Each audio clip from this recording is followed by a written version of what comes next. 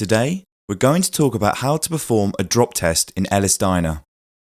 Why do we do drop tests? The main reason is to evaluate how well the product design and the material will perform when exposed to the amount of external impact force.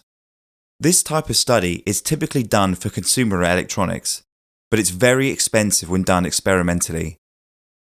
With real physical products, an experimental drop test may be already too late to correct the actual design. That's the reason why this simulation of our drop test plays a critical role. As we see here, the drop test workflow can be separated into three major parts: geometry and material, pre-process with automation, and solve and post-process. Here is a router drop test example. The first step is to import CAD and engineering data. You can do that in Project Schematic. First, you will create a project in LS-DYNA and import CAD to the geometry, and also import the material property into the engineering data. After you've done that, you can assign the material property to corresponding parts. Then we will go to connections. Here, all the fasteners and solders connections are modelled as bonded contacts. Those things are listed here. Then we will go to the mesh.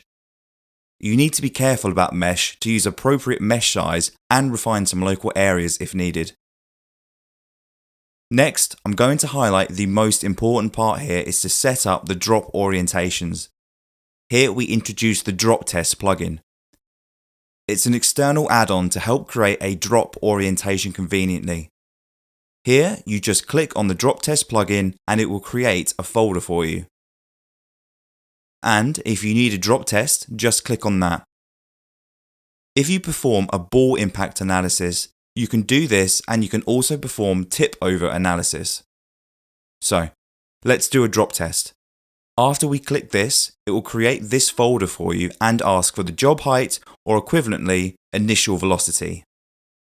And you can also set up the friction coefficient and the gap between the rigid wall and the model.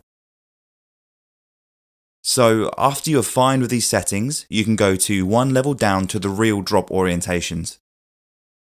Here, you can set up the drop orientations by these four methods: vector with 2 points, global plane, plane with 3 points, and axis with 2 points. It's very convenient. Let's say we have 6 drop orientations: back, bottom, antenna, corner, front edge, back edge. With this drop test plugin, we can set up these kind of different drop orientations. After you finish these settings, you can go to the drop test plugin and export the LS-DYNA K file and run it through LS-Run. That's the pre-process of a typical drop test. Here's the deformation results of 6 orientation drop tests. Let's focus on the first one and open in LS pre-post. Here's the result from the bottom drop test. We can have a look at the deformation. We can turn on or turn off the mesh. We can look at the stress, go to fringe component von Mises stress. Here I just hide the cover because the stress on the cover is not that big.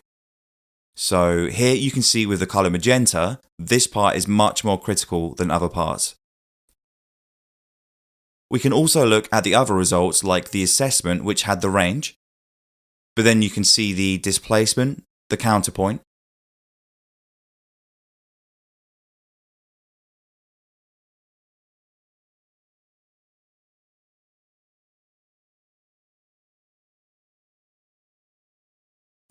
We have other results available like acceleration and velocity,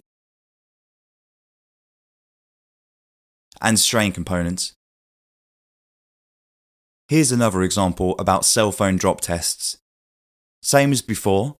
First step, you can import CAD and engineering data to the projects and then assign the material to the corresponding parts and then match the parts set up to the connections.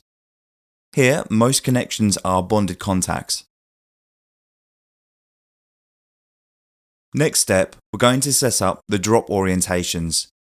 We're going to demonstrate how to use Drop Test plugin to help you to set up different drop orientations. First, you have to go to LSDyna. Then, Drop Test plugin, create this folder and create drop tests. And look at this kind of property. If the drop height is fine to you, set up the gap and the friction coefficient. If this is fine, we can go to the next step, create a drop orientation. Let's say we want a corner drop. We just select the corner. It will find the appropriate location for you directly. Because the first point is the gravity center, the second point is the point selected. It will search for the lowest rigid wall for you. Let's say we want another drop orientation. Let's say bottom drop. We can use global plane method. Just set this as back, so you can see this as a bottom drop.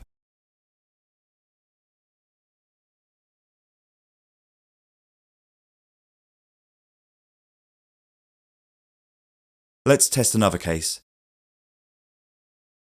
For example, we want to create a plane by 3 points. I just select 3 points, 1, apply, 2, apply, 3, apply. And then it will form plane, and then it will search for the lowest point on the cell phone and hit the plane you created.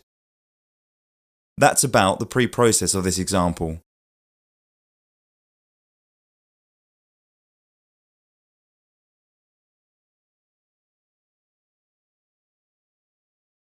Next step, you can import the LSDyna K file, then do post-process.